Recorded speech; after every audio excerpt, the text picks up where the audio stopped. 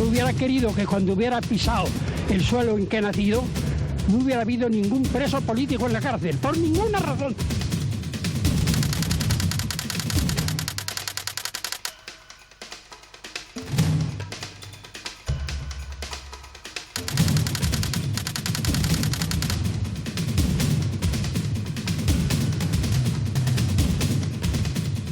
Nos autodenominamos entonces los hombres del presidente.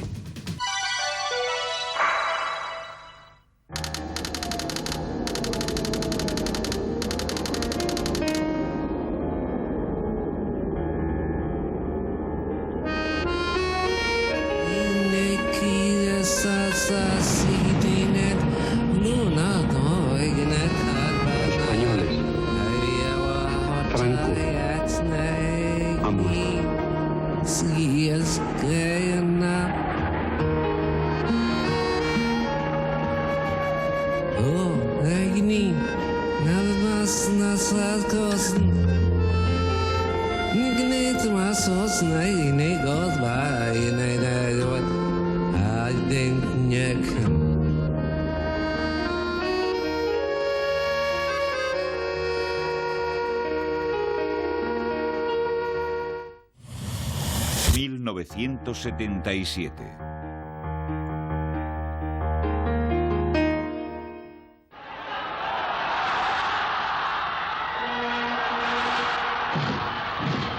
La víspera de San Sebastián, la ikurriña era legalizada.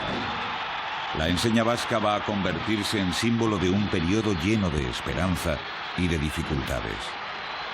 Llegaba el momento de desmantelar el franquismo, de vaciar las cárceles, del regreso de los exiliados, de sentar unas bases de convivencia. Nada de aquello era fácil, ni se hizo de un día para otro.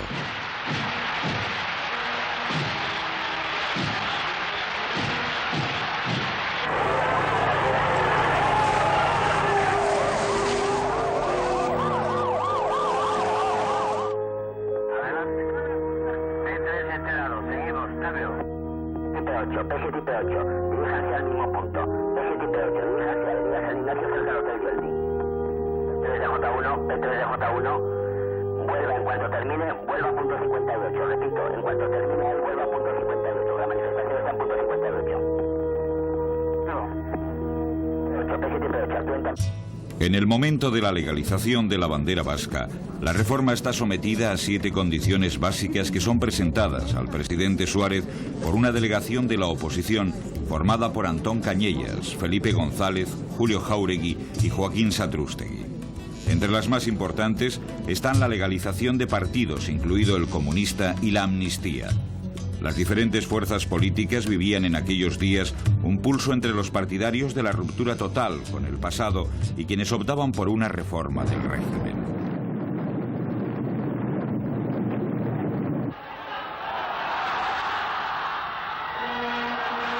El Día de San Sebastián se había convertido en los últimos años de la dictadura en una especie de termómetro político de una sociedad en proceso de cambio.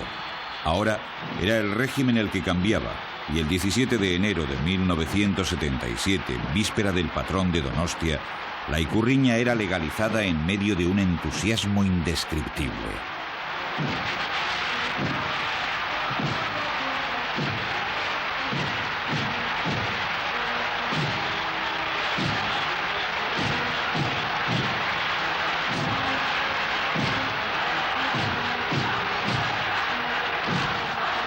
Aquel acto no era suficiente. La colocación de la enseña vasca en los edificios oficiales, especialmente en ayuntamientos y diputaciones, contó con el rechazo de muchos ediles franquistas. En muchos municipios vascos se daba la paradoja que los ayuntamientos no democráticos convocaban referéndums para izar la ikurriña en sus balcones. Así, mientras que en localidades como Plencia o Larrabetzu se convocaban este tipo de consultas, en Donostia ocupaba su mástil con normalidad.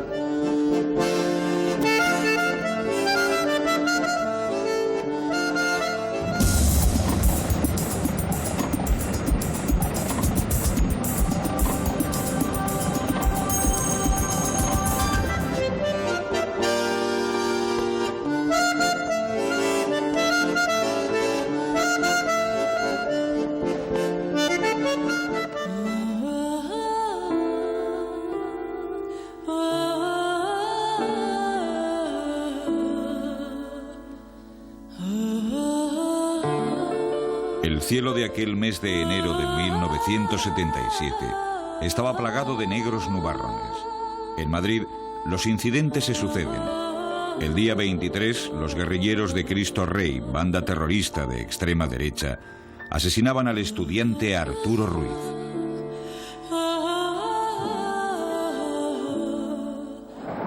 Al día siguiente, durante una manifestación de protesta, la policía mataba a la estudiante María Luz Nájera.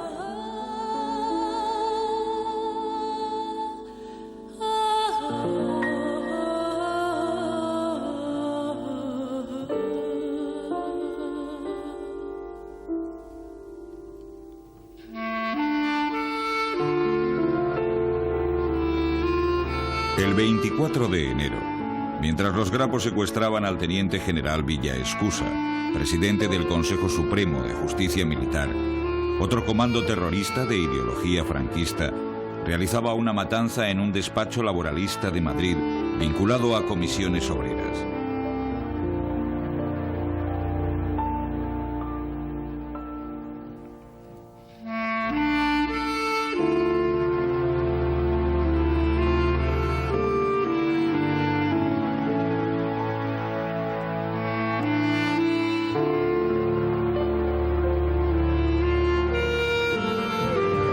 Su entierro fue la primera manifestación pública del Partido Comunista de España, aún no legalizado, con su secretario general, Santiago Carrillo, sin que interviniese la policía para disolverla.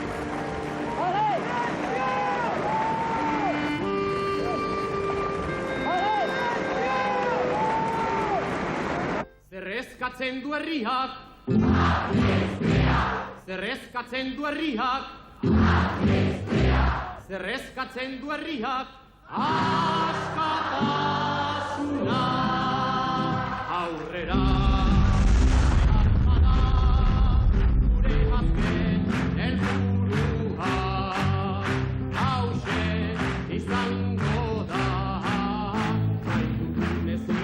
En este ambiente de tensión, el Partido Nacionalista Vasco realiza un acto propagandístico de gran calado político. Trae a Pamplona en una avioneta a Manuel de Irujo y Ollo, exministro de la República y una de las grandes personalidades del nacionalismo vasco en este siglo.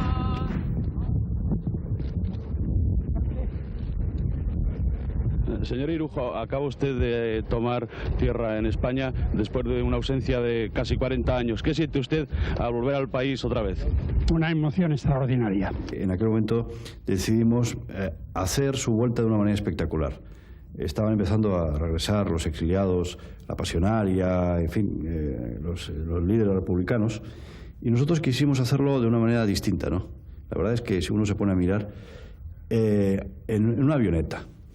Entonces, que don Manuel cogiera el avión en París, hiciera una escala en Fuenterrabía, en Hondarribia, y luego aterrizara finalmente en Oain, y luego apareciera en la Asamblea del Partido en Iruña, ¿no? Recuerdo que me tocó a mí personalmente contarle la aventura, y lo que me llamó la atención y un poco que ennoblece a aquellos personajes es que él tenía una cierta sensación de un cierto, no ridículo, pero diciendo, hombre, yo tengo 80 y pico años en estas circunstancias, pero al final dijo, mira, yo haré lo que el partido me diga. Irujo, a pesar de los años, era como un vendaval. Sus ideas en aquellos momentos eran claras. Yo hubiera querido que cuando hubiera pisado el suelo en que he nacido, no hubiera habido ningún preso político en la cárcel, por ninguna razón del mundo, y los hay. Y el presidente dijo que no vendría el Aberrieguna sin que hubiera un solo preso político en la cárcel vasco. No. Y por las noticias que yo tengo los va a haber. Y eso está mal. Eso está mal. De modo que venga la democracia y felicito al gobierno. Dios le bendiga a quien la traiga, cualquiera que sea, al Suárez o al que sea. Pero cuando se da una palabra se cumple. Y en este país en que estamos pisando, si no tenemos la seguridad de que va a haber una absoluta amnistía, de tal modo que pueda la colaboración futura fundarse en esa amnistía, será difícil incluso que concurramos con decisión a las próximas elecciones. Por favor. Durante la primavera de 1977, las calles de Euskadi arden en demanda de amnistía. La amnistía se iba a convertir no solo en un clamor generalizado y sentido, sino también en un nudo gordiano que marcará la actuación de las distintas fuerzas, participar o no participar en las elecciones.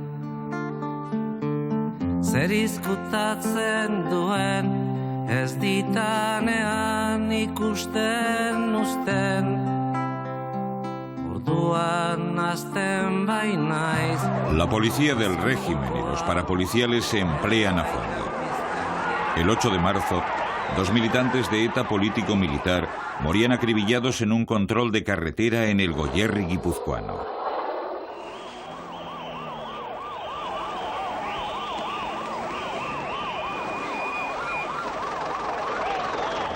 La respuesta no se hace esperar. En un atentado contra un coche de la Guardia Civil, resulta muerto un agente. Solo la policía produce 7 muertos entre manifestantes. De estos, 3 son ancianos. Uno de los momentos más dramáticos tuvo lugar en Pamplona.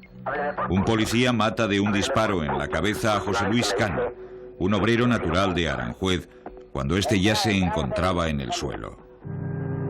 Diríjase inmediatamente a la avenida San Ignacio, cerca del Hotel Yoldi. Repito, avenida San Ignacio, cerca del Hotel Yoldi, y Huelva. Adelante. P3 enterado, seguimos, cambio. Tipe 8, P7 y P8, diríjanse al mismo punto. P7 y P8, diríjanse a la avenida San Ignacio, cerca del Hotel Yoldi. P3 de J1, P3 de J1, vuelva en cuanto termine, vuelva a punto 58. Repito, en cuanto termine, vuelva a punto 58. La manifestación está en punto 58. P7 y P8, actúen también en punto 58. J1, P8 comunica. Está relleno la fuerza, cambio. De J1, vaya rápidamente a punto 58. P3. La salida de presos de las cárceles se convierte en actos multitudinarios en los que la emoción se entremezcla con las consignas.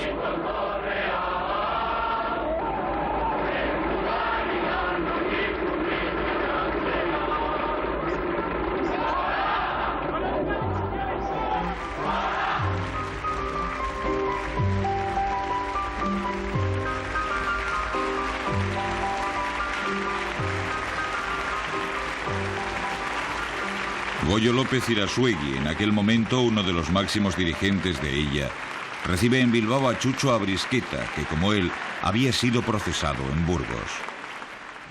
Yo recuerdo que la calle me asustaba el espacio, o sea, se me había quitado la noción de los espacios tan grandes y el colorido. En la cárcel había muy poco color y muy poco espacio. Entonces aquello me sorprendía un poco, y la velocidad de los carros y la velocidad de la gente por la calle.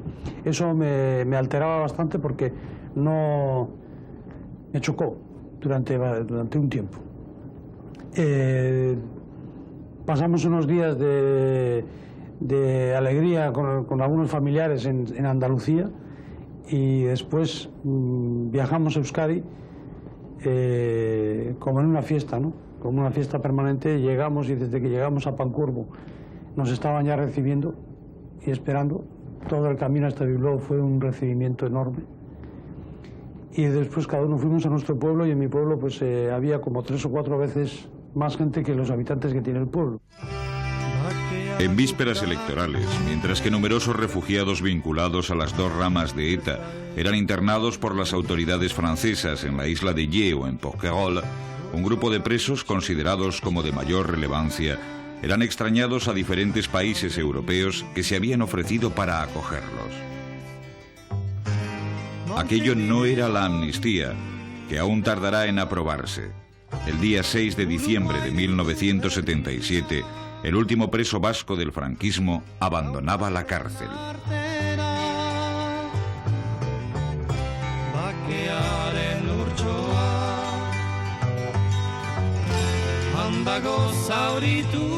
Era muy difícil ponerles en la calle de acuerdo con aquella ley en ese momento vigente. Pero era muy difícil que se pudieran dar los pasos necesarios para llegar a unas elecciones si no se les ponía en alguna calle.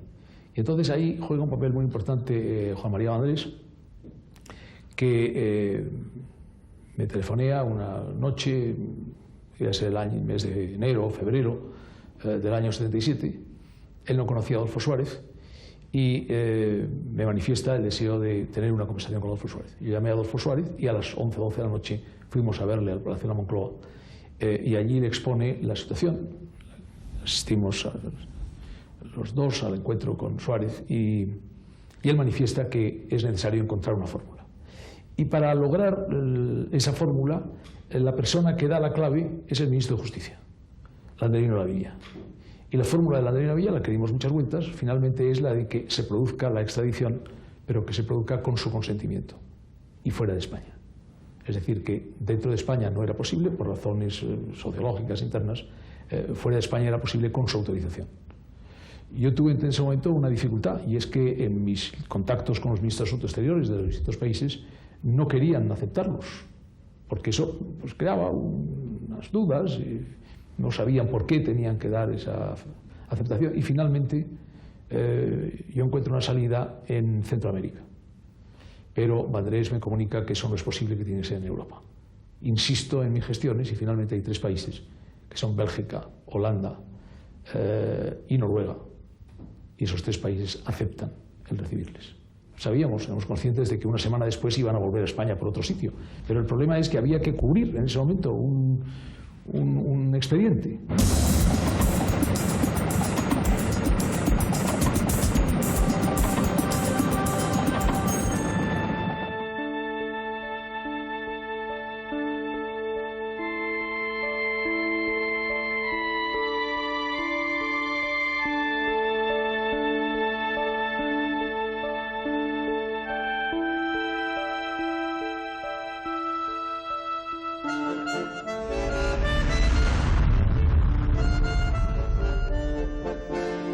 Un puñado de alcaldes vascos se había empeñado en ir conquistando espacios de libertad. Primero sería la reintegración foral, luego la ikurriña. Convocan a los ayuntamientos vascos a una concentración en Echarri y Aranal. Martín Villa moviliza a centenares de policías y guardias civiles que ponen cerco a la pequeña villa navarra. Algunas personas logran llegar a pesar del cerco policial, iniciándose el acto en el abarrotado Salón de Plenos, donde se aprueba un manifiesto al que se adhieren 176 municipios vascos. La mayoría de los representantes de los ayuntamientos guipuzcoanos que no han logrado entrar en Echarri y Aranal se dirigen a Vergara, donde a su vez aprueban el manifiesto. Martín Villa había fracasado.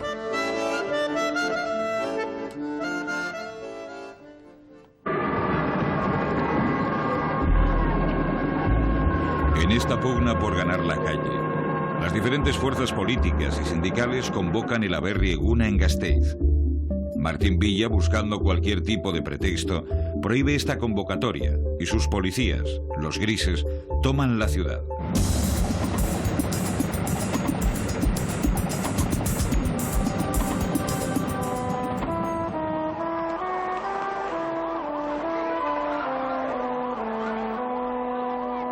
La capital alavesa se convierte en un campo de batalla. Los grises toman la ciudad, disolviendo, como vemos en estas imágenes, a todos aquellos grupos que trataban de llegar a la plaza de la Virgen Blanca.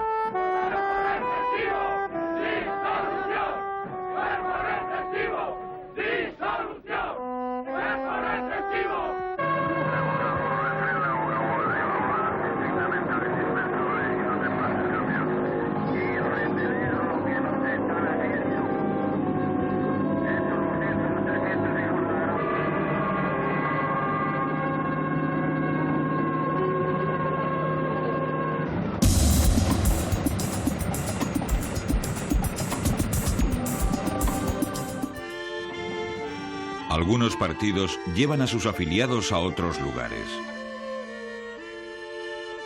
Los comunistas celebran una comida en Zumárraga, mientras que el PNV, ante la imposibilidad de llegar a Gasteiz, concentra a los suyos en Loyola.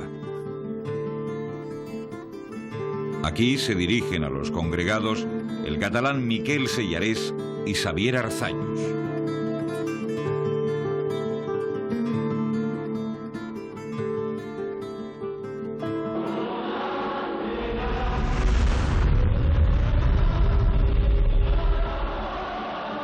Una de las principales demandas de la oposición se refería a la legalización de los partidos. Una vez dado este paso, las diferentes fuerzas procederían a actualizar sus planteamientos.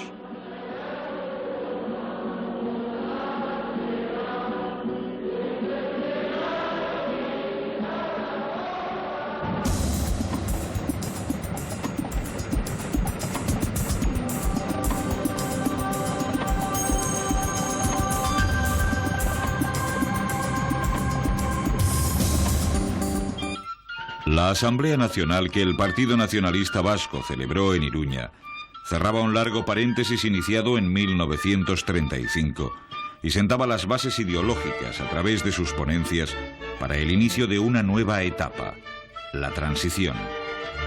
En la Asamblea Nacionalista es elegido para presidir el Euskadi Buru Batzar o Consejo Nacional del Partido un joven empresario navarro, Carlos Garaycochea Urriza.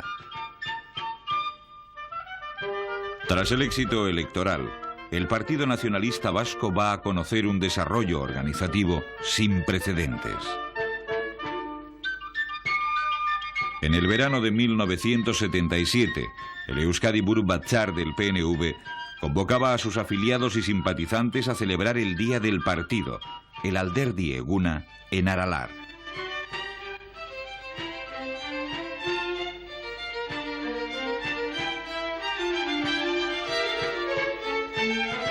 Coincide en fecha con la festividad de San Miguel in Excelsis, patrono del partido.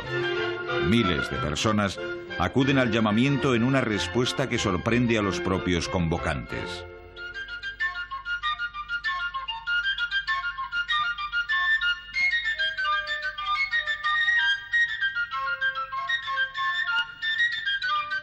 La idea de celebrar un día del partido la trajo Iñaki Anasagasti de su exilio venezolano.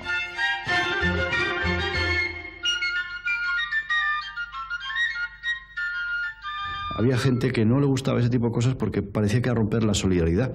Y decíamos, hombre, bueno, ya está la berreguna, pues vamos a hacer una fiesta del propio partido. Y ahí surge, en el mes de julio del año 77, el Alderdi Eguna, que la verdad es que a todo el mundo dejó atónito, ¿no? Porque pensábamos que eso iba a ser pues una fiestecita. Lo hicimos en Aralar por el simbolismo que tenía San Miguel de Aralar, con patrono del PNV, histórico, que la gente no sabía eso. Y ahí nos encontramos que el lugar que habíamos elegido quizás no era el mejor para tanta gente, porque allí se reencontraron gudaris, se reencontraron amistades, se reencontraron gente que vino de fuera. La verdad es que fue una fiesta familiar que emocionó tanto y fue tal éxito y nos dio sensación de tal fuerza que ya se repitió todos los años.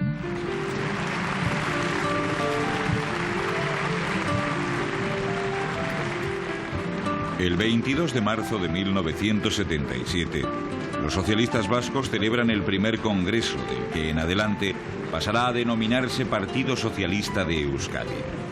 Hasta entonces y desde 1936, la organización vasca del Partido Socialista Obrero Español estaba dirigida por el llamado Comité Central Socialista de Euskadi. Asisten 570 delegados de 87 agrupaciones locales, lo que da una idea del nivel de implantación de este partido. En la mesa del Congreso, gentes como Fernando Mújica, Nicolás Redondo, Benigno Bascarán, Lalo López Albisu, Ramón Rubial. Historia viva del socialismo vasco. Con ellos, la nueva generación de dirigentes del PSOE, Carmen García Bloise, Alfonso Guerra o Enrique Mújica. El consejero del gobierno vasco en el exilio, Juan Iglesias, resultará elegido presidente, mientras que un joven abogado nacido en el exilio, José María Venegas, Chiqui, se hará cargo de la Secretaría General. En aquel momento sus mayores preocupaciones eran tanto la legalización de los partidos como la campaña electoral. Aparte del debate que había dentro del nacionalismo sobre si participar o no, nosotros tuvimos el debate sobre si participar en el supuesto de que el Partido Comunista no hubiera sido legalizado, ¿no? Y ahí había opiniones diversas dentro del partido, aunque hablamos con Carrillo y con la dirección del Partido Comunista en el sentido que aunque ellos no fueran legalizados, convenía ir a las elecciones para, una vez celebradas las elecciones, forzar la legalización del Partido Comunista. Pero aún quedaba un áspero camino por recorrer. El gobierno, excesivamente precavido, ponía todo tipo de obstáculos a la normalidad democrática. El Sábado de Gloria de 1977, el gobierno procedía a la legalización del Partido Comunista de España. Este hecho estaba considerado como una prueba de fuego para la normalización democrática. Se producen algunas bajas sonadas en el gobierno, como la del ministro de Marina. A pesar de ello, el camino hacia las urnas parecía expedito.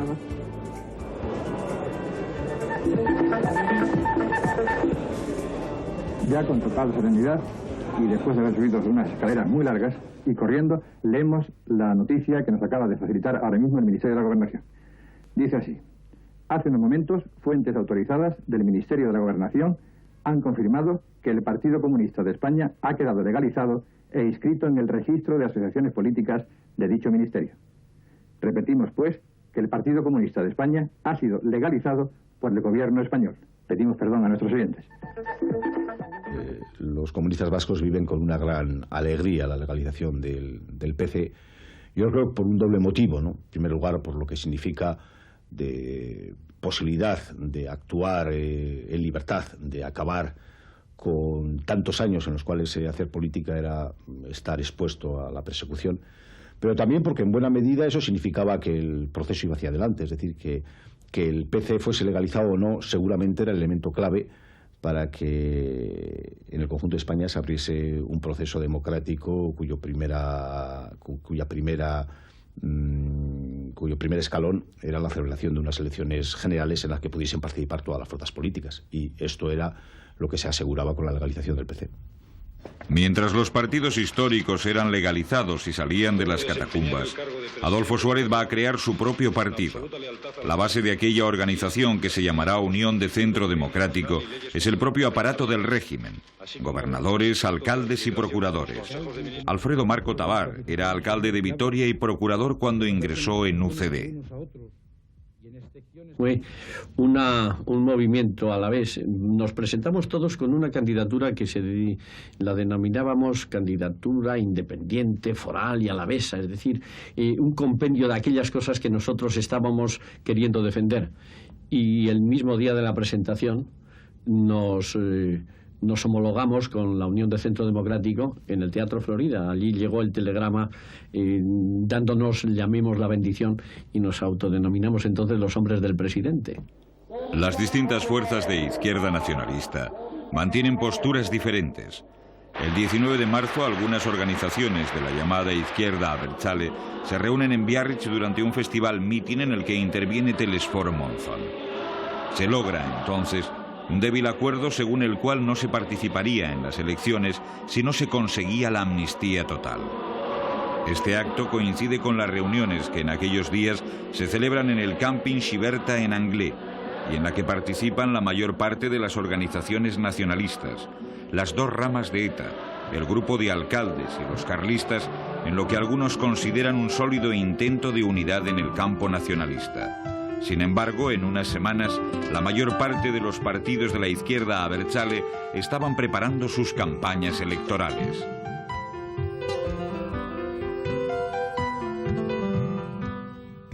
En medio de la discusión sobre la participación o no de las organizaciones de izquierda nacionalista, polarizadas en torno a las dos ramas de ETA, el 1 de junio se presentaba la coalición Euskadiko Ezkerra, formada por ella, Movimiento Comunista de Euskadi, e Independientes, que finalmente participará en las elecciones junto a candidaturas de otros partidos como Acción Nacionalista Vasca, ESB o ESEI.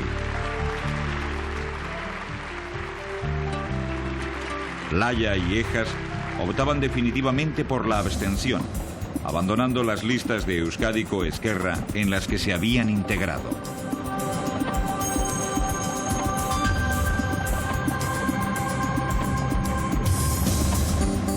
Las elecciones se convocan para el 15 de junio de 1977 Y nosotros, en principio, desde la dirección de ella, tenemos muchas dudas sobre la conveniencia de asistir o no.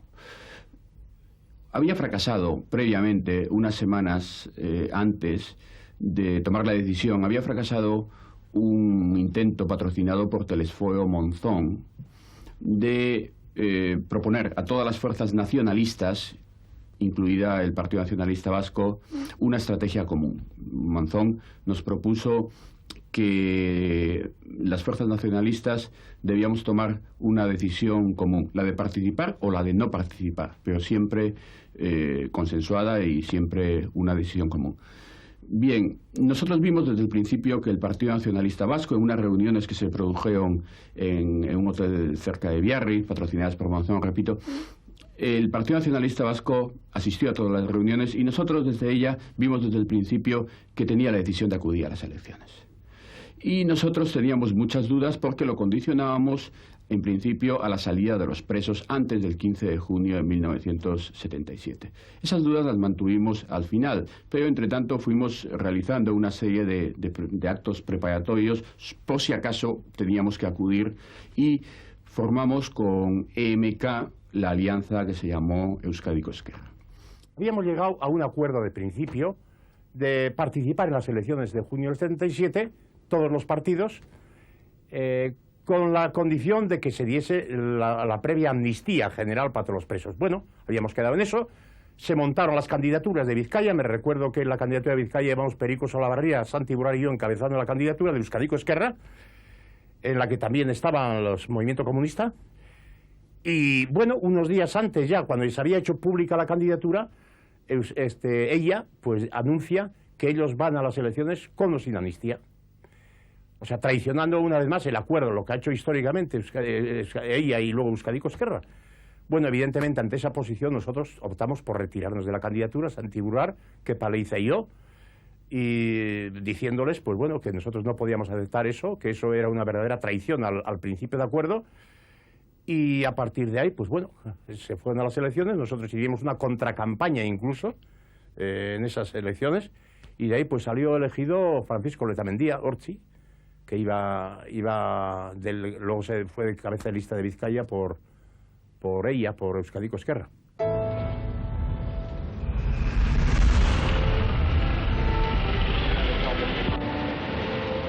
ETA no cesa en su actividad. El 22 de mayo de 1977, la policía francesa acusaba a ETA de un atentado con explosivos contra el Banco de Bilbao en París.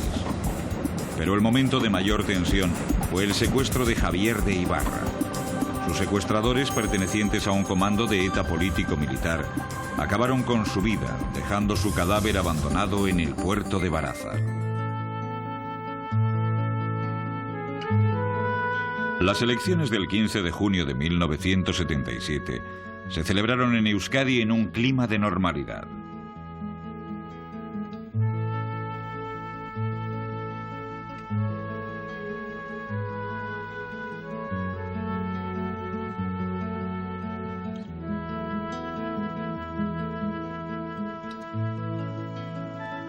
En el País Vasco se imponían las fuerzas antifranquistas, en contraste con otros lugares donde Unión de Centro Democrático vence con claridad.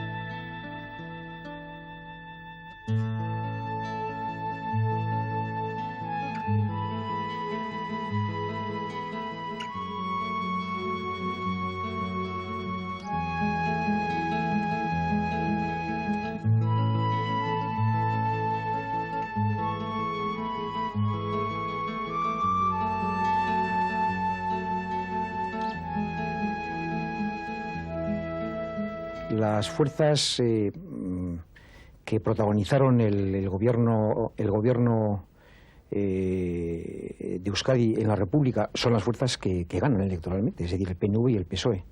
Y ese tercer sector que después crecerá, y dentro de muy poquitos años, desde el año 77 hasta el año 82, cuando adquiere pues un poquito su forma definitiva, todavía es un sector incipiente. Lo que ocurre es que es un sector que existe ya. Las nuevas Cortes se constituyen bajo la presidencia del rey. En ellas, junto a antiguos procuradores franquistas o jóvenes resistentes contra la dictadura, se sientan veteranos de las Cortes republicanas, algunos de ellos vascos, como Dolores Ibarruri o Manuel de Irujo, sucediéndose anécdotas y momentos emotivos.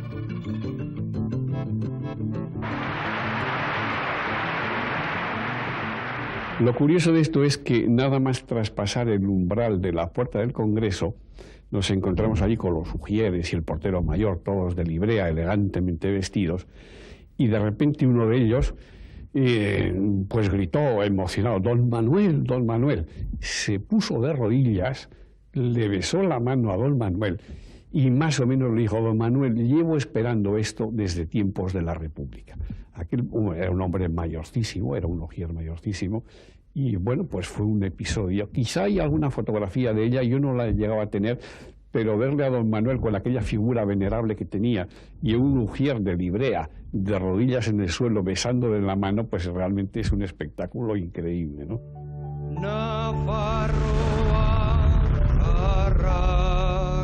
El 10 de julio de 1977 comenzaba la Marcha de la Libertad, impulsada por fuerzas de izquierda nacionalista.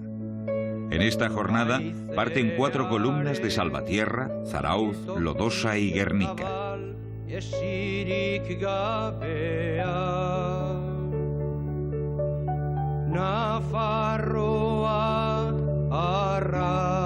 El destino es la pedanía de Arazuri, en las cercanías de Pamplona.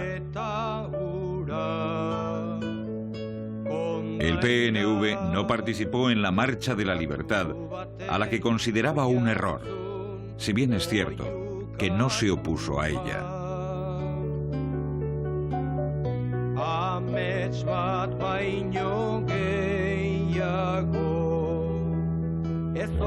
Era básicamente conservadora. Esto fue un golpe tremendo y yo creo que fue el primer gran error que, vamos a decir, el mundo nacionalista, si así se puede llamar y si es único, se cometió. Nosotros lo vimos muy claro. En la mayor parte de los actos de aquella marcha se pedía sobre todo la amnistía y la libertad de algunos presos, como Larena, uno de los condenados en Burgos que había sido detenido de nuevo, o de Apala, que estaba siendo juzgado por un tribunal francés en Marsella.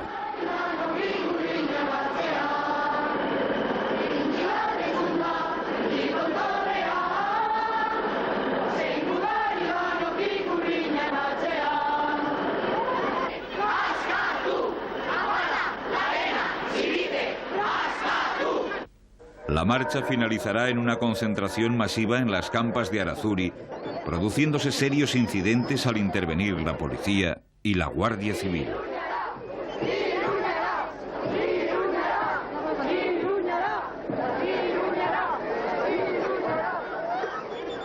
Yo era consciente cuando durante los últimos meses en la cárcel, concretamente el año 77, que fuera había una enorme movilización a favor de la amnistía. Y bueno, claro, a mis oídos llegaban los lemas aquellos de Larena, Apala, Chivite, Ascatú, y bueno, lo que sentía es una inmensa alegría y una plena seguridad de que pasase lo que pasase, nos iban a sacar a la calle, porque el gobierno no podía seguir resistiéndose a toda aquella movilización, ¿no? El 21 de julio, en plena Marcha de la Libertad, aparecen en un mitin que se estaba celebrando en Durango 10 de los presos vascos que en vísperas electorales habían sido extrañados a diversos países europeos por el gobierno de Suárez.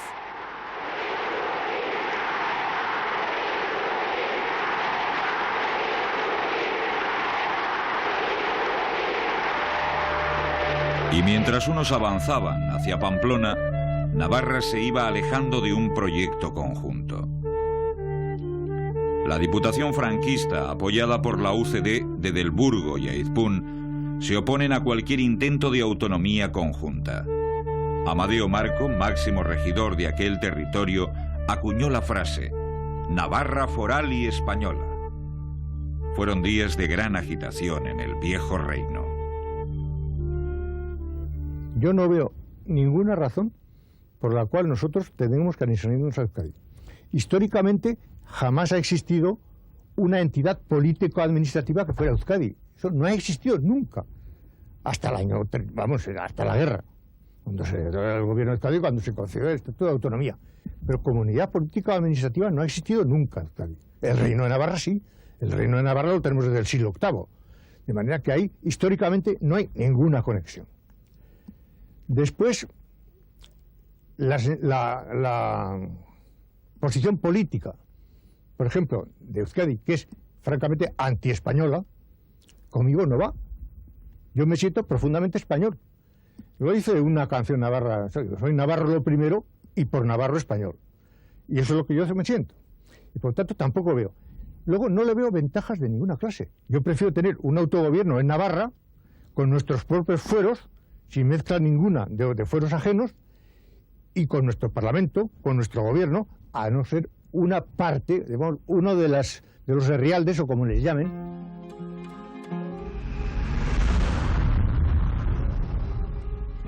Para los flamantes diputados vascos, la primera labor en aquellos momentos fue la de redactar un estatuto de autonomía. Con este fin, se constituía en Guernica la Asamblea de Parlamentarios Vascos, en medio del fervor popular. En la misma, también participan diputados y senadores navarros, pertenecientes al Partido Socialista Obrero Español y al Frente Autonómico. El nuevo curso político, el primero de la democracia, sigue lleno de incógnitas. La Asamblea de Parlamentarios Vascos despliega una actividad frenética. Juan de Ajuriaguerra y Chiqui Venegas viajan a Bruselas para buscar soluciones al sector pesquero vasco, afectado por la ampliación a 200 millas de las aguas territoriales de los países donde se sitúan los caladeros y que estaba a punto de arruinar a este sector vital para el país. El 7 de octubre, la Asamblea de Parlamentarios Vascos reunía a más de 100.000 personas en demanda de un estatuto de autonomía. Poco después, las fuerzas parlamentarias acordaban un texto que recogía un régimen transitorio que fue conocido como la preautonomía.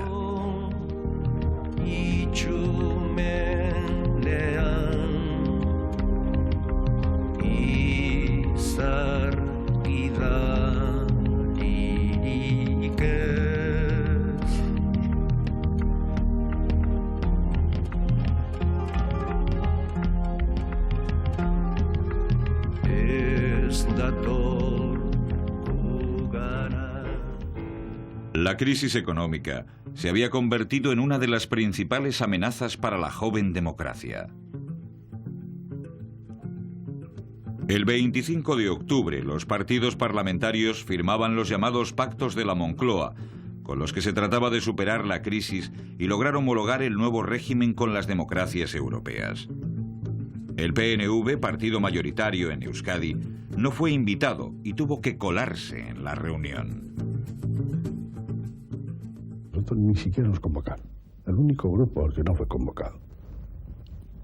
De tal forma que pasó Dupe, que entonces era diputado y se llevaba los temas económicos, le cogió de la mano a Juan Ajuriaguerra de Juan a la Moncloa y fueron en taxi, si quien les llamara, y entraron allí. Pues tampoco les dijo nadie nada y estuvieron, pero estuvieron.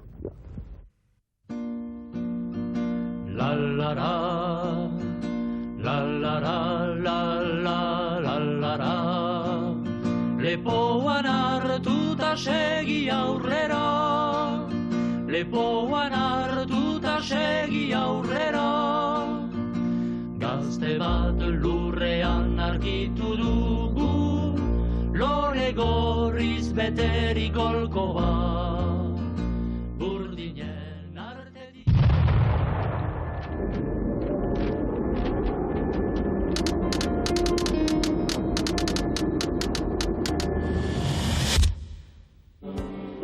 En marzo se celebra un multitudinario Cantaldi en Biarritz con intervención de Panchoa Etapello y Gorka Kenner.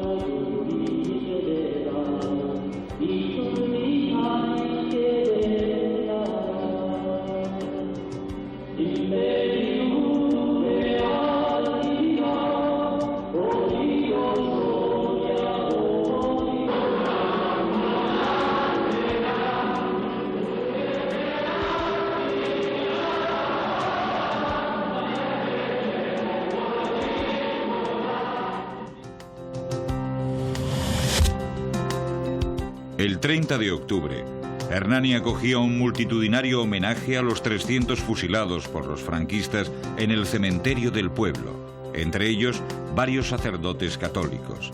En los meses siguientes se repetirían este tipo de actos en todos los rincones de Euskal Herria.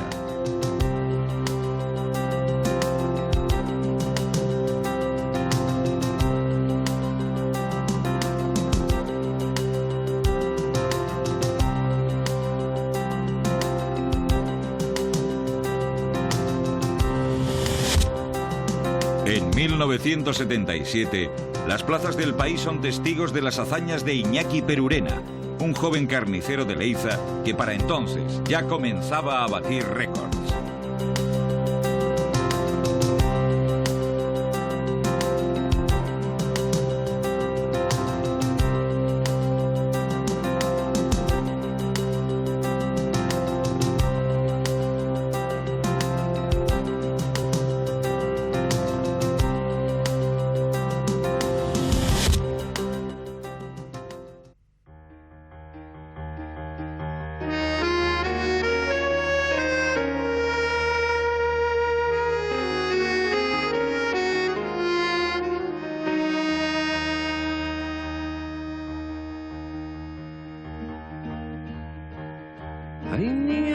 Zainin hier